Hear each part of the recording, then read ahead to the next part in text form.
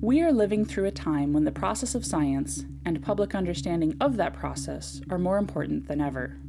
Most of 2020 was spent watching the public health crisis of COVID-19 unfold, the global spread of a deadly virus that sits at the intersection of high transmissibility, frightening long-term effects, and complex immunology. And how well each of us understands this science or trusts in the scientific process is very much connected to our behavior. How likely we are to wear masks or sanitize our hands or avoid enclosed indoor spaces, and these are all in turn connected to our likelihood of getting sick or not, which then affects the likelihoods of everyone we come into contact with getting sick.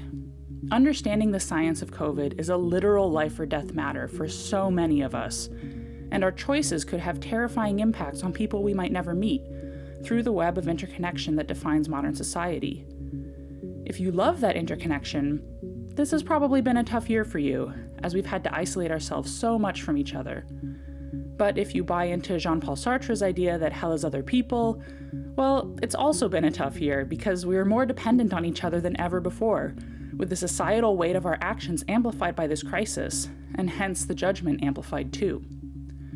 This societal interconnection, in a way, actually mirrors the interconnected feedback loops that come together to make our immune systems. Immunology is a notoriously arcane subject, and I'm no biologist, but to me it has a lot of resemblance to a natural ecosystem, like a forest or an ocean. There are a lot of interlocking life cycles. Everything depends on the overall ecosystem's survival, and small changes can have a big impact. In the same way that removing something small, like krill in the Southern Ocean, has a knock-on effect on everything else up to whales, changes in the behavior of the smallest pieces of the immune system can lead to big health issues that are very obvious to you and me.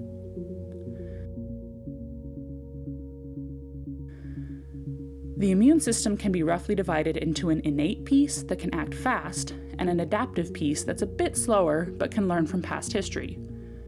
When something like a new virus enters the body, innate immunity comes from interferons that tell nearby cells to slow the spread of the virus, and cytokines that tell the circulatory system to get white blood cells onto the scene. Those white blood cells can arrive via the bloodstream, break down the virus, and return bits of it via our lymph nodes to the thymus and bone marrow, where the adaptive immune system is waiting. Here's where we get immune cells that specifically target the new virus, called T cells and B cells for where they are made, the thymus and bone marrow. See, immunology isn't so hard. B stands for bone marrow. The B cells are trying to develop specific antibodies to the bits of dead virus, and most of them get discarded, but when there's a match, the successful B cell will then start to replicate. And in the thymus, T cells are being made that can distinguish which cells are supposed to be in the body and which aren't, looking for where the self ends and the virus begins. So these adaptive B and T cells are the slower but smarter part of the body's immune response, and they are what vaccines against new viruses are usually looking to shortcut to. One of the things that's so dangerous about the current coronavirus is how it skips part of the innate immune response. It doesn't trigger interferons, the guys who tell your neighboring cells to slow the virus down, but it still triggers cytokines. So if you've heard about the cytokine storm, that's basically the virus spreading a lot and then getting a huge immune response, which is kind of a mess all around. The interlocking mechanisms are thrown off by missing that initial interferon suppression of viral spread, and then even when the adaptive immune system kicks back in, it's hard to pick up the pieces. That's actually also why this virus is so hard on older people. They have more cytokines circulating already, and also their T cell production has slowed, and their T cells have a lot of memory on how to fight viruses used up already from all the other things that they're immune to. So the cytokine storm is a lot worse, and adaptive immunity takes longer to rev up, which means they get sicker, ironically because their adaptive immune system is actually smarter than that of a younger person. Immunologists have to consider all of these interacting systems when they attempt to design a vaccine.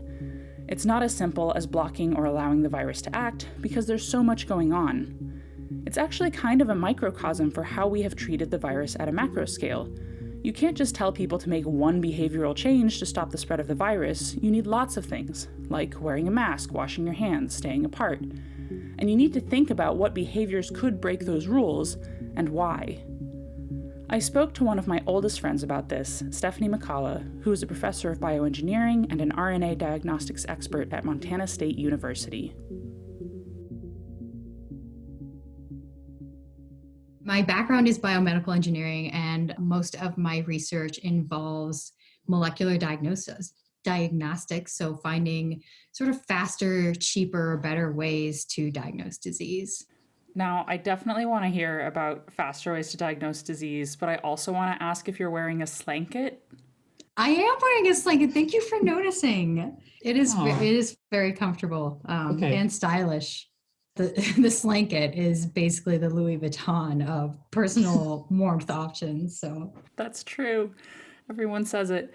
Can you tell us a little bit more about your research now? Because I know you're doing, like you said, molecular diagnostics and detection, right? But I'm a simple physicist, so tell me more about it. yeah, so a lot of what I'm doing in my lab right now involves RNA detection. So we are largely focused on short RNA. And the RNA is basically the software of your body. So your DNA hangs out and it stores information over a long period of time, but the RNA is what gives marching orders to make different genes, different proteins. And so the presence, they don't really stick around for a long time. So the presence or absence can you if you're going to be sick. If you have foreign RNA, like viral RNA, I feel like that's topical for something, I don't know, that could tell you whether or not you have an infectious disease.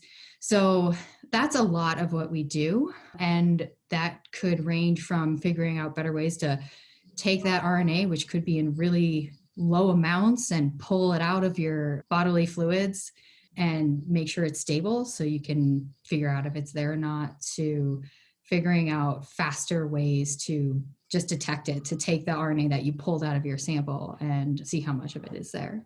Correct me if I'm wrong, but it seems like RNA detection became incredibly important about a year ago. And your lab was one of the labs that already had all the stuff set up to do it. So you must have felt very important and relevant as a scientist. I don't know about that, but it was interesting to see all of these techniques that were just staples in my lab or things that I had published on, just all of a sudden in everyone's mouths. Like everyone was talking about it. And that was definitely interesting. I ended up temporarily donating one of the instruments in my lab to the local hospital so that they could do testing. Because at that time, what we really needed was people who had big labs and approved labs. You actually have to get your lab approved to do these diagnostic tests. We needed them to be able to really ramp up, to scale up and do a lot more testing. So that was, the immediate need. So that was my first reaction, was just to donate that machine for a while they needed to scale up. Yeah, and since then, it's been kicking around ideas as to how to use some of the research techniques that we have to help more long term, but that's not something we need in the short term. In the short term, we just need things to happen now, not research on what to happen in the future. Yeah, totally. Well, and I feel like one of the things that has really come out of the pandemic is the importance of like equality and access to, these laboratory methods, to even now with like the vaccine distribution, right? And like who has freezers and who doesn't, who had PCR machines, who didn't. And I know you've done research on low cost methods for RNA detection and that kind of thing. Do you want to talk about that some? So that is definitely a huge motivation for what we do in our lab, because it very quickly becomes an issue in places where there aren't a lot of resources. And that's definitely an issue in Montana, where I live, in the US. There are a lot of rural communities that don't have access to a lab or the more expensive equipment, or really the trained personnel who are qualified or really allowed to run these tests. And so some of my previous work was on stabilizing RNA and taking a large sample, like let's say you have in clinical sense, it's pretty large, but a couple mils of saliva or nasal aspirate, and trying to get the RNA out and make sure it doesn't degrade, because RNA is meant to not stick around. You don't want it to stick around. It's meant to carry short-term information and then go away. when that information is no longer relevant. So that's one area that I'm pretty excited about. And we have some a lot of the techniques that we actually are developing ground up in my lab, we're more applying to shorter RNA. So it wouldn't really apply to viral RNA, but some of the other things I've done in the past could definitely be used and are being used to detect the RNA as well. So just putting that whole system together, that is definitely something that we are in the future interested in doing for sure. And is that the fact that, like you were saying, RNA is kind of designed not to stick around for a long time, like DNA, is that related to why mRNA vaccines are so hard to store and distribute and haven't been used before? It absolutely is. So RNA is pretty flimsy. And so the reason that these vaccines, a lot of them are being stored at negative 80C, and that's very, very cold. That's your freezer is not going to get down to that. I actually have one negative 80 in my lab, and they're very expensive. And you basically need special gloves to even go into them. They're so cold you can't touch them. So that is to keep that RNA stable, absolutely. And there are a lot of other things that keep it stable. It's enclosed in a little lipid bilayer, which is similar to what your cells or a lot of other microorganisms are enclosed in as well. So yes, there were a lot of scientific considerations that had to be ironed out before we could get the vaccine, like the Moderna vaccine or the mRNA vaccines that are out there now, really to the public. I think people have been working on this type of research for like 30 years. So yeah. Yeah, I mean, in a way, we're really lucky that people had already been researching mRNA vaccines, even though they hadn't been successful yet. It's probably laid a lot of that groundwork.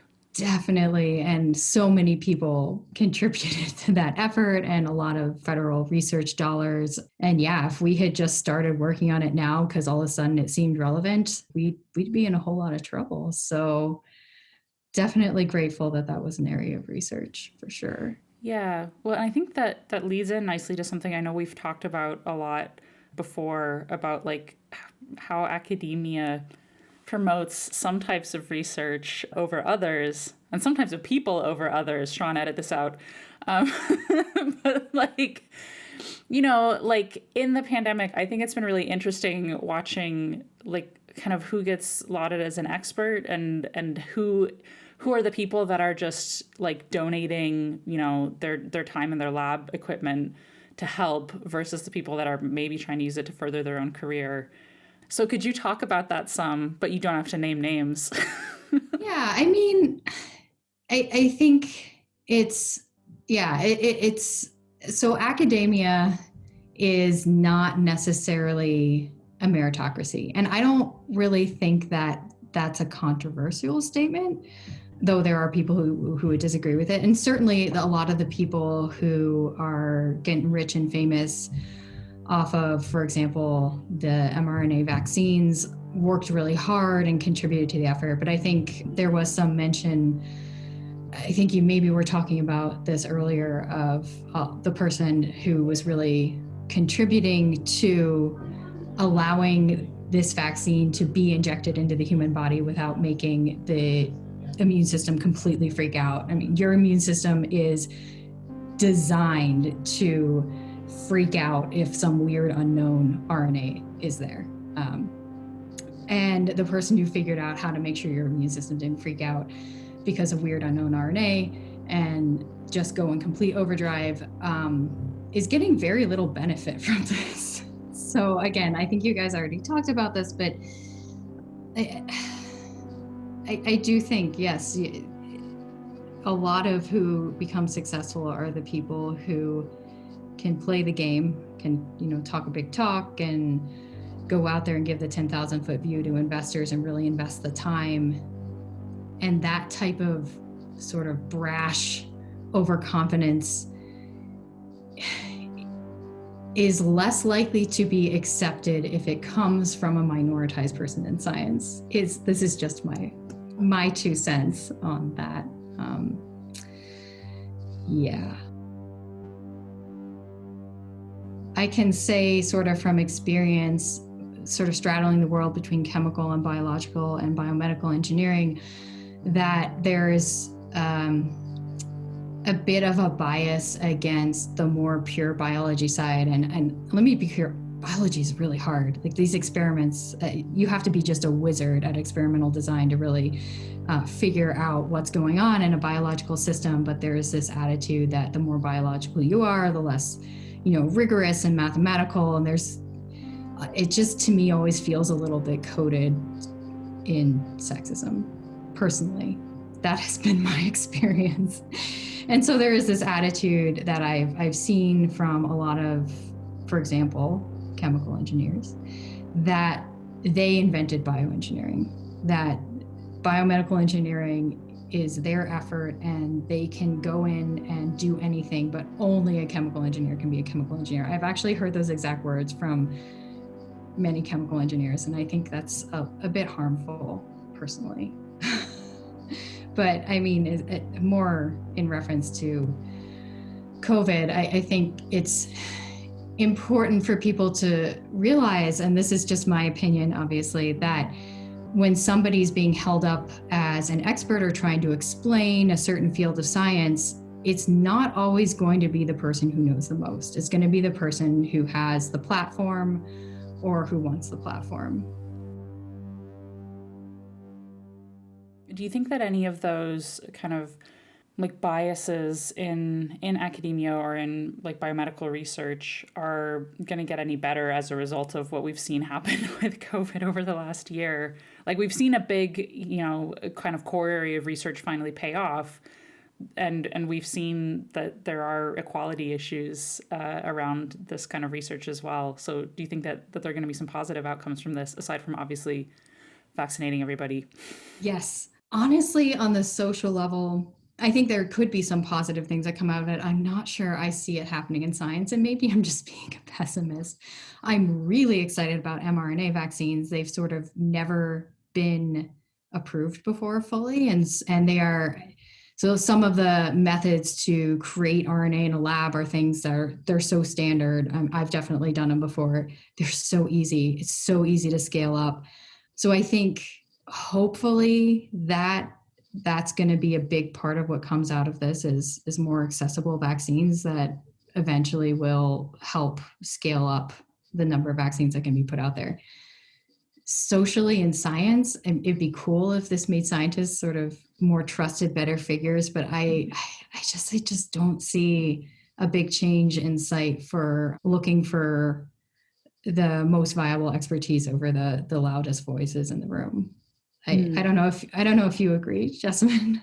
Well, obviously this could be a topic for a 5-hour podcast, because I think a lot of things need to be fixed, even though every little thing is an opportunity to make a small change.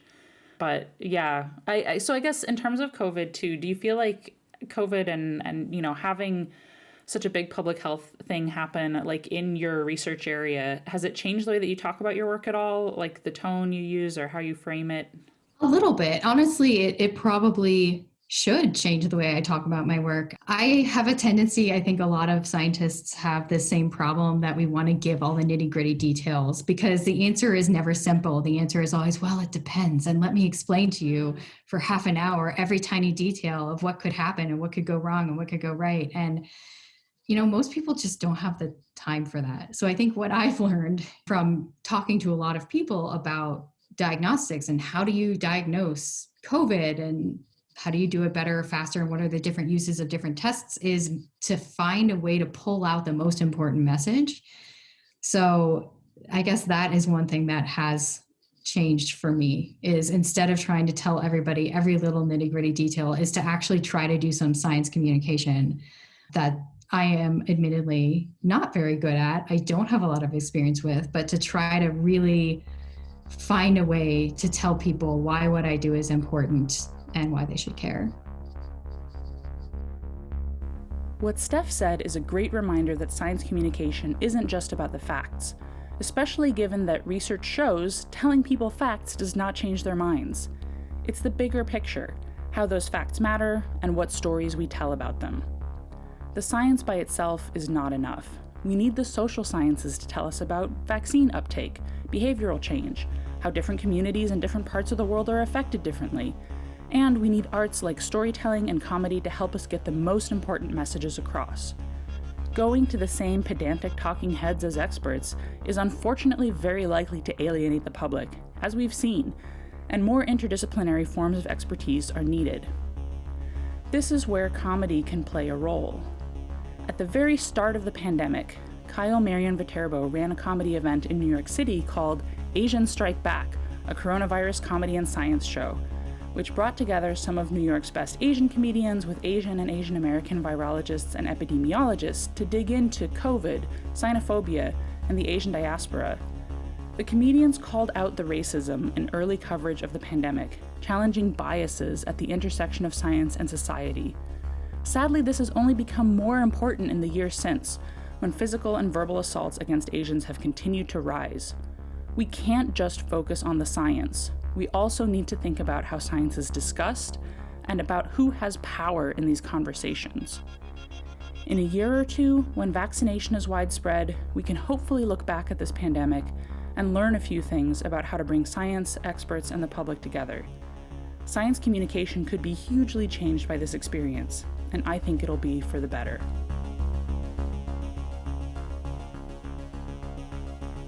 This episode was made possible by support from the Community Knowledge Initiative, the Quorum Medical Device Research Centre, the Research Office at NUI Galway, and Science Foundation Ireland. We're grateful to our guests, our host, which is me, Jessamine Fairfield, our producers Morris and Sean, and to you, our listeners and our Bright Club Ireland community. A transcript of this episode is available at brightclub.ie, where you can also find more information about what we do at Bright Club Ireland.